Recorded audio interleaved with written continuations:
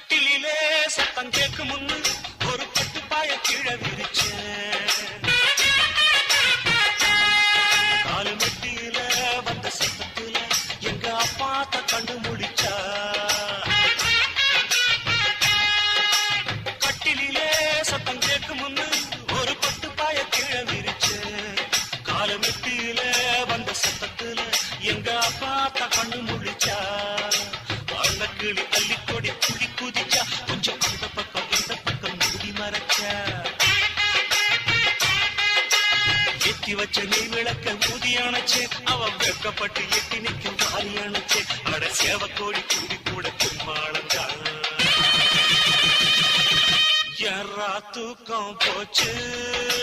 ரவிக்கையும் சேலையும் பாயாச்சு.